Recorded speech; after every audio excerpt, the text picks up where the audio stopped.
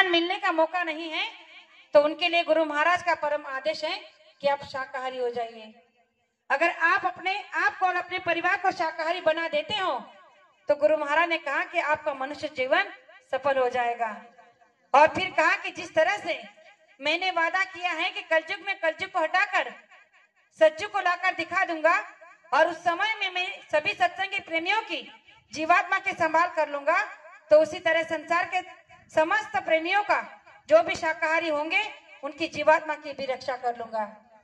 आज अगर ये सत्संग का माध्यम हर जगह में रखा जा रहा है तो उसका निमित्त मात्र केवल एक है कि विश्व के सभी तमाम प्रेमियों को ये बताया जा रहा है कि आप शाकाहारी हो जाइए। क्योंकि अगर आप शाकाहारी हो जाओगे तो बाबा जय गुरुदेव जी महाराज आपकी जीवात्मा को दोबारा नरक में नहीं जाने देंगे, क्योंकि आपकी जीवात्मा की जिम्मेदारी वो स्वयं खुद उठाएंगे। इसलिए हमें इस बात पर सोचना होगा कि बाबा जय गुरुदेव जी महाराज संसार में मानव तन धार कर क्यों आए हैं।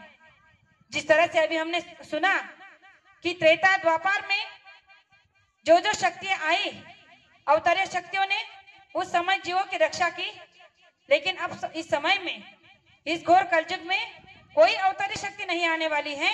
इस समय अगर कोई शक्ति आएगी तो वह है संत महात्मा, जो बाबा जय गुरुदेव जी महाराज मानव तन धार कर आए हैं और हमारे आपके जीवात्मा की रक्षा करना चाहते हैं, हमारी जीवात्मा को दोबारा नरक में नहीं जाने देना चाहते हैं। लेकिन इस बात को हम लोग समझ नहीं पा रहे हैं। तो प्रेमियों, हमें सोचना चाहिए, समझना चाहिए कि जो प्रेमी सत्संग का माध्यम रखते हैं, सत्संग में जाकर संत महात्मा के वचनों को सुनना चाहिए, ताकि आगे चलकर आप अपने जीवन को एक सही दिशा दे सकते हो। इसीलिए प्रेमियों, बार बार आपसे एक ही बात का जिक्र किया जा रहा है कि शाकाहारी हो जाइए, शाकाहारी हो जाइए। तो आप सोच रहे होंगे कि ऐसा शाकाहारी में है क्या। तो गुरु महाराज ने कहा कि जो बेजुबान जानवर हैं, पशु हैं, जिनकी बड़ी निर्दयता के साथ हत्या की जा रही है, बेरहमी के साथ उन्हें काटा मारा जा रहा है, आपने कभी उनके बारे में सोचा है कि जब उनका समय पूरा होने से पहले ही आप उन्हें मार दे रहे हैं, काट दे रहे हैं, और उनकी जीवात्मा जब नरक में जा रही है, तो जब भूत प्रेत की योनि में जाती हैं तो अपना बदला लेने के लिए आपके सर पर, आपके घर परिवार में किसी के सर पर बैठकर उसे परेशान करती है, आपके घर को नरक बना देती है। तो गुरु महाराज ने कहा कि एक बार अगर आप सोच लोगे कि बेजुबान जानवरों की हत्या करने का कितना बड़ा अपराध आपको लग रहा है, तो आप सोचकर भी, चाहकर भी कभी इन प्राणियों की हत्या नहीं कर पाओगे। इसीलिए गुरु महाराज ने एक छोटा सा प्रमाण देकर समझाने की कोशिश की थी कि जिस तरह से आपके परिवार में कोई मर जाता है, आपके रिश्तेदार में कोई मर जाता है और उसे रखने के लिए आप शमशान में जाते हो, उस मुर्दे के पीछे पीछे चलते हो, कोई 50 फीट की दूरी पर, कोई 100 फीट की दूरी पर, और ऐसे उस मुर्दे के पीछे पीछे जाते हो, उसे छूते भी नहीं, फिर भी आपको छुआछूत लग जाती है।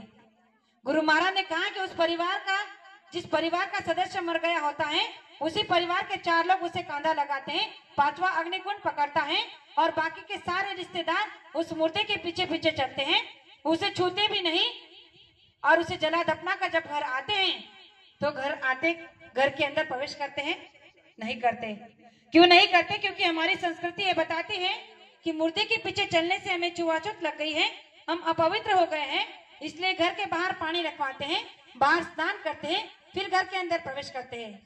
गुरु महाराज ने कहा जो आपका था, जिससे कल तक 1 घंटे पहले आपका खून का प्यार का रिश्ता था, वो मरने के कुछ ही घंटे बाद मुर्दा हो गया, जिसे आपको छुआ भी नहीं, छुआछूत लग गई, आप अपवित्र हो गए।